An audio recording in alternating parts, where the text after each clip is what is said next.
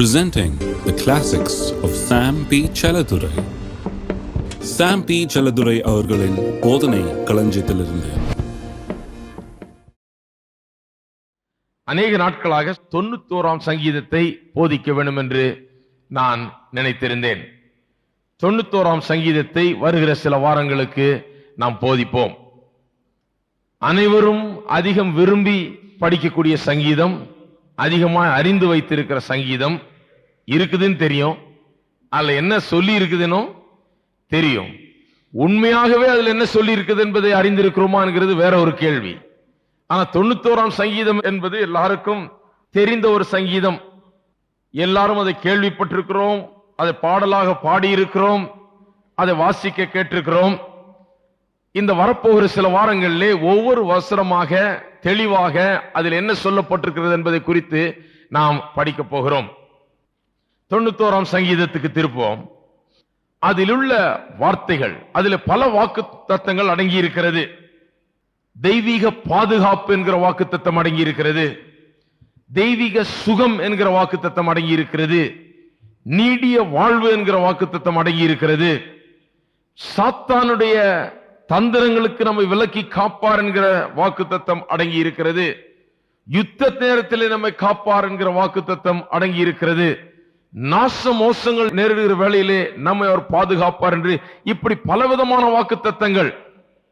சரீர சுகம், நீடிய வாழ்வு, பொருளாதார ஆசீர்வாதம், ஆபத்திலிருந்து விடுதலை, பிசாசிலிருந்து விடுதலை, இப்படி பலவிதமான அருமையான வாக்கு தத்தங்கள் இதிலே இருக்கிறது. ஆனால் இதுலயும் நாம் அதே தப்பதான் செய்யறோம். இங்க வாக்கு தத்தம் சொல்லப்பட்டிருக்கிறதுனால சாதாரணமா எல்லாருக்கும் அது நடந்துரும் நினைச்சிட்டு இருக்கிறோம். இங்கதான் சொல்லி இருக்குது. 91ஆம் சங்கீதத்துல சொல்லி இருக்குது. சொல்லி இருக்கிறதுனால எல்லா விசுவாசிகளுக்கும் அது சமமாய் நடந்துவிடும் என்று நாம் எண்ணிக்கொண்டிருக்கிறோம். எல்லாருக்கும் ஒரே மாதிரி, எனக்கு, உங்களுக்கு, உங்களுக்கு, உங்களுக்கு, எல்லாருக்கும், இங்க இருக்கிற நூற்றுக்கணக்கான பேருக்கு, அத்தனை பேருக்கும் அப்படியே சமமாக என்ன சொல்லி இருக்குதோ அப்படியே நடந்து விடும் என்று எண்ணி விடுகிறோம். ஆனால் வாழ்க்கையை பார்க்க போனால் அப்படி நடக்கிறது இல்லை என்பதுதான் உண்மை. எத்தனை பேர் அதுக்கு ஆமென்னு சொல்றீங்க? 91ஆம் சங்கீதத்தில் சரீர சுகத்தை பற்றியும், நீடித்த வாழ்வு குறித்தும், பாதுகாப்பை குறித்தும், பிசாசனுடைய தந்திரங்களிலிருந்து விடுவிக்கிறது பற்றியும் இன்னும் பல அநேக அரும் பெரும் வாக்குத்தத்தங்கள் கொடுக்கப்பட்டிருக்கிறது. உண்மைதான், அதை செய்ய ஆண்டவர் சித்தமாயிருக்கிறார். அது சிலருடைய வாழ்க்கையில நடைபெறுகிறது, ஆனால் சிலருடைய வாழ்க்கையில் அது நடைபெறுகிறது இல்லை. எல்லாம் அமைதியா இருக்கிறீங்க, உண்மையா இல்லையா? சிலருடைய வாழ்க்கையில் அது நடைபெறுகிறது. சிலர் அந்த ஆசீர்வாதத்தை பெறுகிறார்கள், நீடிய வாழ்வை பெறுகிறார்கள், சுகத்தை பெறுகிறார்கள், பிசாசின் கரத்திலிருந்து விடுதலை, ஆபத்திலிருந்து விடுதலை. இதெல்லாம் சிலருடைய வாழ்க்கையில் நடக்கிறது. சிலருடைய வாழ்க்கையில் இது நடக்கிறது கிடையாது என்பதுதான் உண்மை. அதற்காக தேவனுடைய வார்த்தையே அப்படிதான், சிலருக்கு அது நடக்கும், சிலருக்கு அது நடக்காதுன்னு சொல்லலாமா? கிடையாது. தேவனுடைய வார்த்தையில சொல்லி இருக்கிற காரியங்கள் எல்லாருக்கும் நடக்க முடியும். ஆனால் ஏன் எல்லாருக்கும் அப்படியே சமமாக நடப்பது இல்லை என்பதை நாம் பார்க்க வேண்டியது அவசியம். ஒரு பிரசங்கியார் சொன்னார், ஒரு திருமணத்துக்கு சென்றிருந்தேன். அங்க ஒரு பிரசங்கியார் பேசினார். அவர் சொல்றார், இந்த விசுவாசத்தை குறித்து போதிப்பது, எல்லாருக்கும் இந்த ஆசீர்வாதம் எல்லாம் வந்து சேரும் என்று சொல்வது, இதெல்லாம் சும்மா. சிலருக்கு அது வந்து சேரும், சிலருக்கு அது வந்து சேராது. சில நேரங்களில் அது கைகூடும், சில நேரத்தில் அது கைகூடாது. சிலருக்கு அது வலிக்கும், சிலருக்கு அது வலிக்காது. அவரவர் விதிப்படி அவரவருக்கு நடக்கும். உங்க விதிப்படி உங்களுக்கு நடக்கும், என் விதிப்படி எங்களுக்கு நடக்கும். இப்படின்ட்டு போயிட்டே இருக்கலாமே. கோயிலும் தேவையில்லை, பைபிளும் தேவையில்லை, இயேசுவும் தேவையில்லை, எதுவுமே தேவையில்லை. எல்லாருக்கும் அவரவர் விதிப்படி நடக்க போகிறது என்று சொன்னால் ஒன்றுமே தேவையில்லை. எதற்கு இங்கு வருகிறோம்? ஏன் தேவனுடைய வார்த்தையை போதிக்கிறோம்? நம்முடைய வாழ்க்கையை மாற்றி அமைக்கும்படியாக, நம்முடைய வாழ்க்கையில நடக்கக்கூடிய நாசமோசங்கள், நமக்கு ஏற்படுகிற தோல்விகள், நாம் காணும் பிரச்சனைகள், வரும் வியாதிகள், பலவிதமான பிரச்சனைகள், இவைகளை அனைத்தையும் எப்படி மேற்கொள்வது, நாம் ஏன் மேற்கொள்ளாம இருக்கிறோம், அதை எப்படி மேற்கொள்வது, தேவனுடைய வாக்குத்தத்தம் என்ன சொல்லுகிறது என்பதை போதிக்கிறதுக்காக தான் நீங்க வருகிறோம். தேவனுடைய வார்த்தை உண்மை. ஏன் அது அப்படியே நம்முடைய வாழ்க்கையில நடக்க மாட்டேங்கிறது? அது நடக்கும்படியாக நாம் என்ன செய்ய வேண்டும், எப்படி இருக்க வேண்டும் என்பதை போதிக்கிறதுக்காக தான் இங்க வருகிறோம். நம்முடைய வாழ்க்கையை மாற்றுறதுக்கு ஒண்ணுமே தருணமே கிடையாது என்று சொன்னால், அதற்கு வாய்ப்பே கிடையாது என்று சொன்னால், பேசாம வீட்டிலேயே இருந்தெல்லாம் போதிக்க வேண்டிய அவசியமே கிடையாது. நானும் வேற ஏதாவது வேலையை பார்க்கலாம். ஆனால் நான் விசுவாசிக்கிறேன், உண்மையாகவே கர்த்தருடைய வார்த்தையை போதித்தால் மக்களுடைய வாழ்க்கையிலே மாறுதல் ஏற்படும், ஜீவியம் மாற்றப்படும் என்பதை நான் விசுவாசிக்கிறேன். தலைவிதி என்று சொல்லுகிறார்கள், இதெல்லாம் மாற்றி அமைக்கலாம் என்று நான் விசுவாசிக்கிறேன். நமக்கு நேரிடுகிற சம்பவங்களை மாற்றலாம் என்று நான் விசுவாசிக்கிறேன். நாச மோசங்களை திருப்பலாம் என்று நான் விசுவாசிக்கிறேன். நம்முடைய இழப்புகளை நாம் சரிகட்டி நாம் அதை மேற்கொண்டு அதை ஜெயிக்கலாம் என்று விசுவாசிக்கிறேன். ஆகையால் தான் போதிக்கிறேன். எத்தனை பேர் ஆமென் சொல்றீங்க? அதுக்கு விசுவாசிக்கிறீங்களா இல்லையா? 91ஆம் சங்கீதத்தை வாசிக்க போகிறோம். 91ஆம் சங்கீதம் எல்லா கிறிஸ்தவர்களுக்கும் அப்படியே நடந்துராது, எல்லா விசுவாசிக்கும். அதற்கு சில நிபந்தனைகள் உண்டு.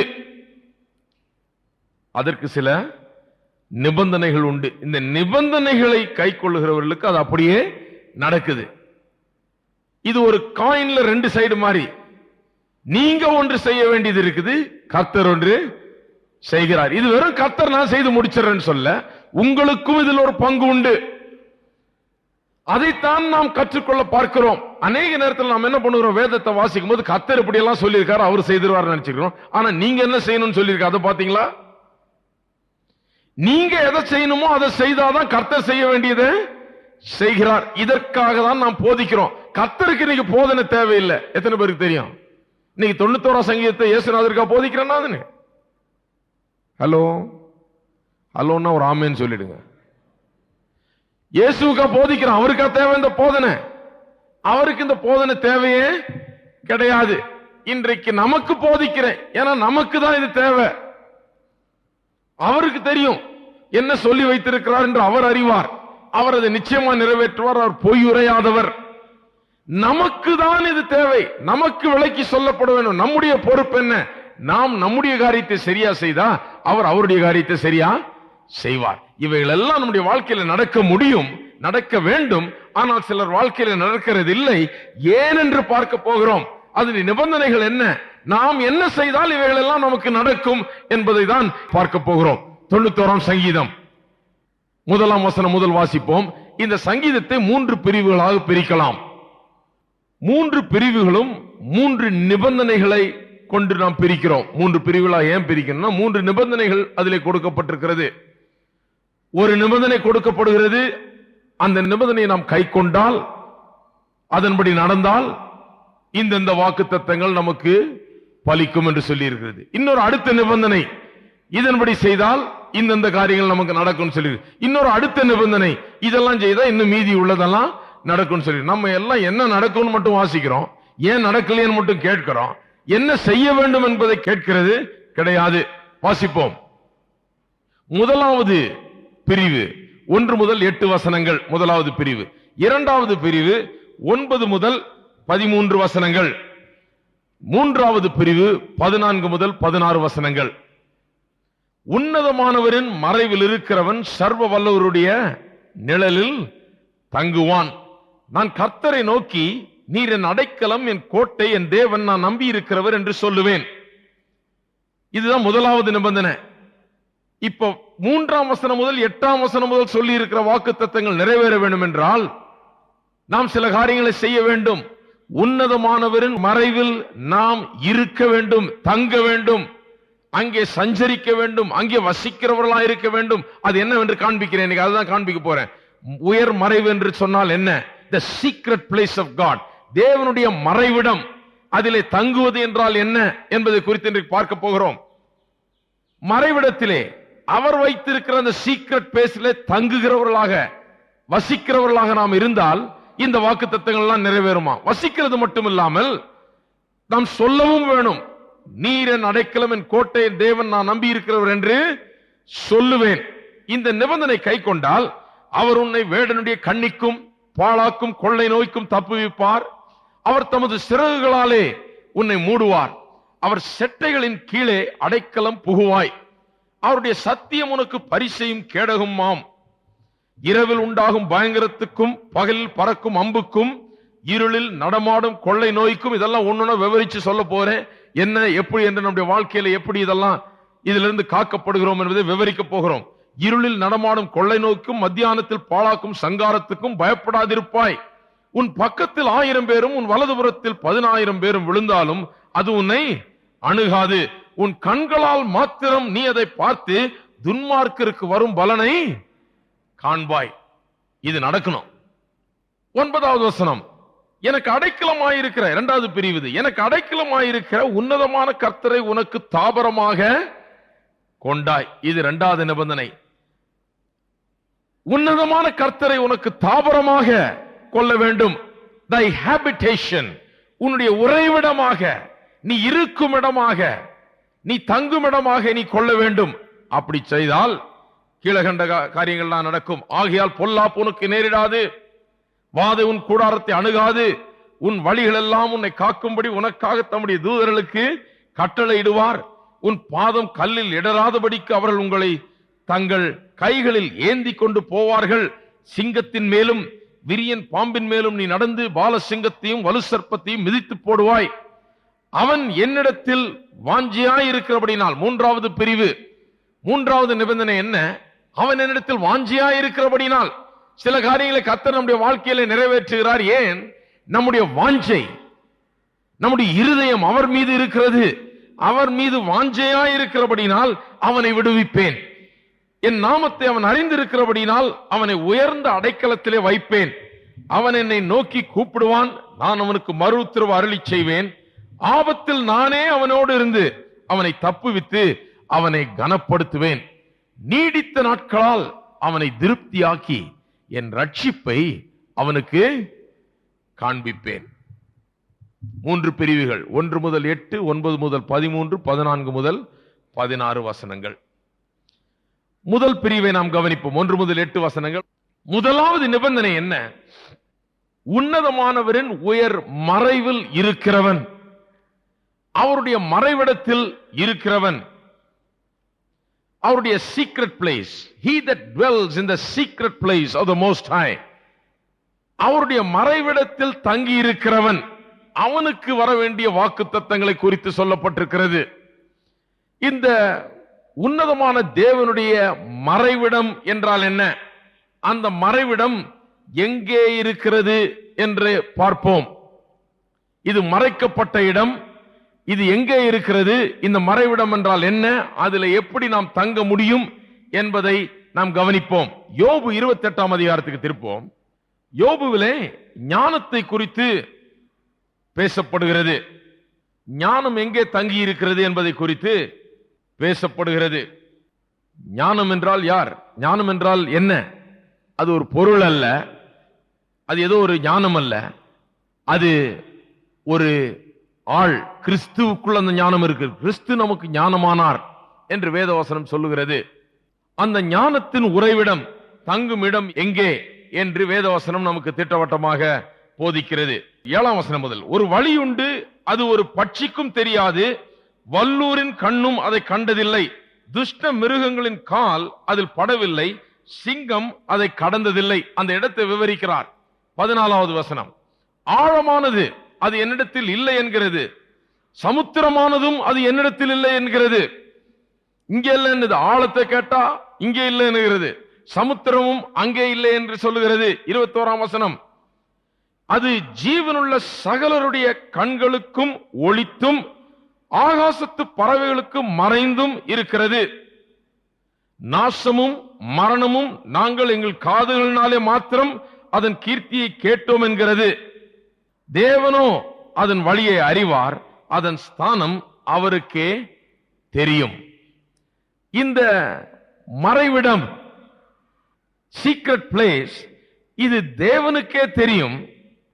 இது சாதாரண இயற்கை மண்டலத்திலே உள்ளது அல்ல, இயற்கையான காரியங்களால் புரிந்து கொள்ளுகிறது அல்ல. இது ஆவிக்குரிய மண்டலத்திலே உள்ள ஒரு காரியம் என்பது இங்கு திட்டவட்டமாய் விளங்குகிறது. ஏன்? ஆகாயத்து பட்சிகள் அதை கண்டதில்லை, மிருகங்கள் அதன் கால்கள் அதில் பட்டதில்லை. இந்த மறைவிடம் சமுத்திரத்திலே இல்லை, ஆழத்திலே இல்லை. இந்த மறைவிடம் பூமியிலே இயற்கையான விதத்தில் நாம் விவரிக்கிற காரியங்கள்ல இல்லை. இந்த மறைவிடம் என்கிறது இயற்கையான மண்டலத்தில் இருக்கிற காரியங்களை குறித்தல்ல, ஆவிக்குரிய மண்டலத்திலே இருக்கிற காரியத்தை குறித்ததாகும். This secret place is not in the natural realm, it is in the spiritual realm. இந்த மறைவிடமானது இயற்கை மண்டலத்திலே அல்ல, இது ஆவிக்குரிய மண்டலத்திலே இருக்கிறது. ஆவிக்குரிய காரியங்களின்படி இதை விவரிக்க வேண்டும். மறைவிடம் என்று சொன்னால் என்ன என்று, உன்னதனர் மறைவிடம் என்றால் என்ன என்பதை ஆவிக்குரிய விதத்திலே தான் நாம் விவரிக்க வேண்டும். அந்த காலத்தில் பாருங்க, கேசல்ஸ், பெரிய அரண்மனைகளைப் போல இடங்கள் நாம் பல வழிகளில் பார்த்திருக்கிறோம்.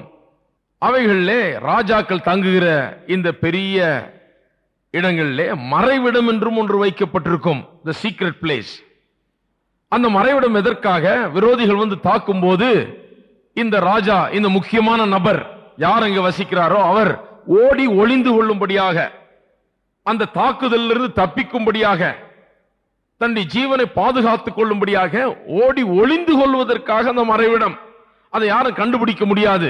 சில நேரத்தில் அங்க ஓடி ஒளிந்து கொள்ளுகிறார், அந்த வீட்டிலேயே ஒரு பகுதியா இருக்கும், அல்லது இந்த வீட்டிலிருந்து சுரங்கம் மாதிரி சென்று வெளியே கொண்டு போய் இந்த ஆள் தப்பிக்கும்படியாக வழி செய்கிற ஒரு இடமாக இருக்கும்.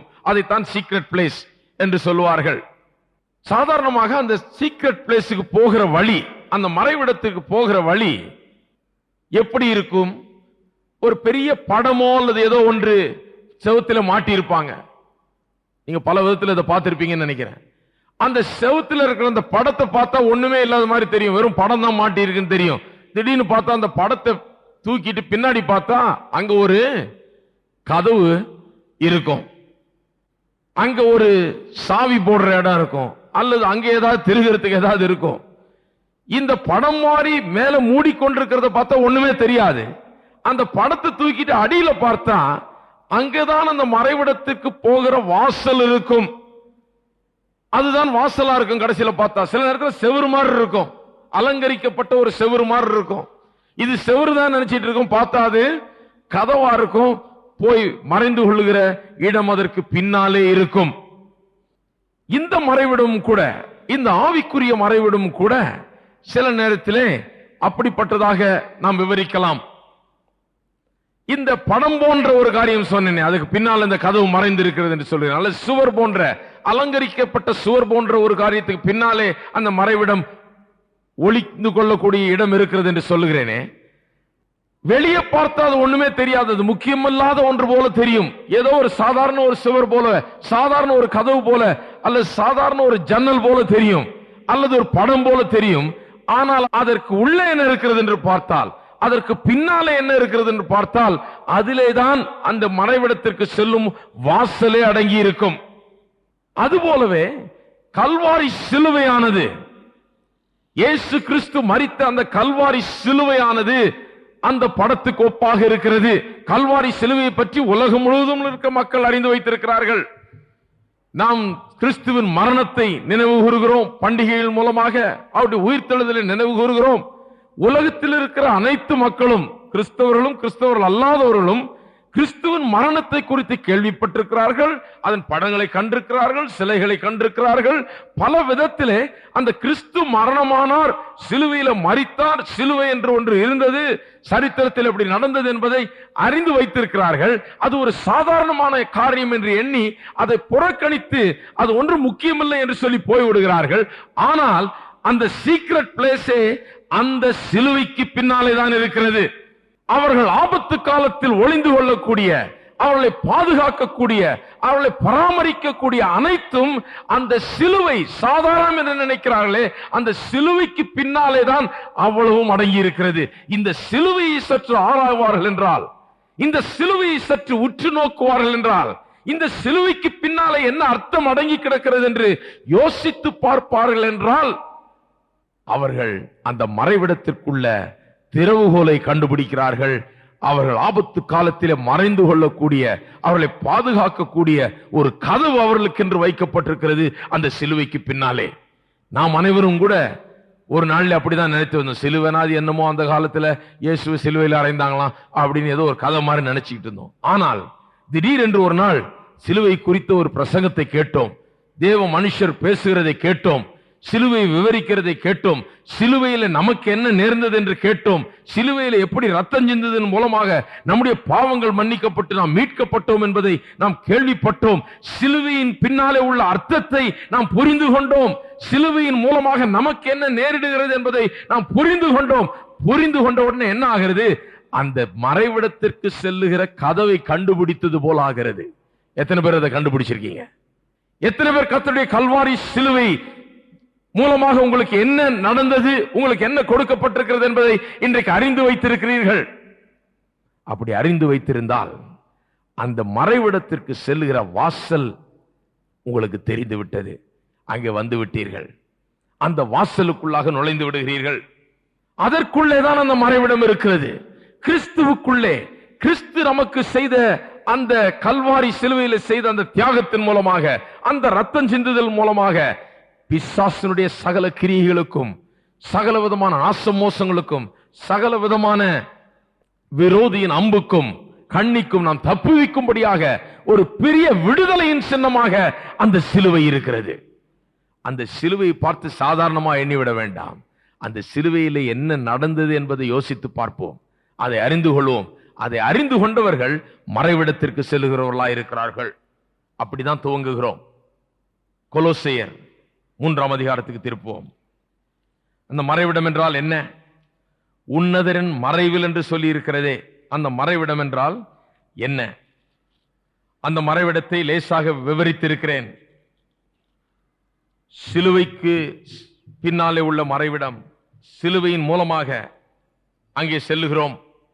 சிலுவையை சாதாரணமாக எண்ண வேண்டாம். சிலுவையில் நடந்த காரியங்கள் அவைகள் அறிந்து கொள்ளும் போது அந்த மறைவிடத்துக்கு செல்லுகிற கதவாயிருக்கிறது என்று சொன்னேன். கொலோசையர் 3ஆம் அதிகாரம் 1 முதல் 3 வசனங்களை வாசிப்போம். நீங்கள் கிறிஸ்துவுடனே கூட எழுந்ததுண்டானால் கிறிஸ்து தேவனுடைய வலது பாரசத்தில் வீற்றிருக்கும் இடத்தில் உள்ள மேலானவைகளை தேடுங்கள். பூமியில் உள்ளவைகள் அல்ல, மேலானவைகளையே நாடுங்கள். ஏனென்றால் நீங்கள் மரித்தீர்கள். நல்லா கவனிங்க. நீங்கள் மரித்தீர்கள். உங்கள் ஜீவன் கிறிஸ்துவுடனே தேவனுக்குள் மறைந்திருக்கிறது.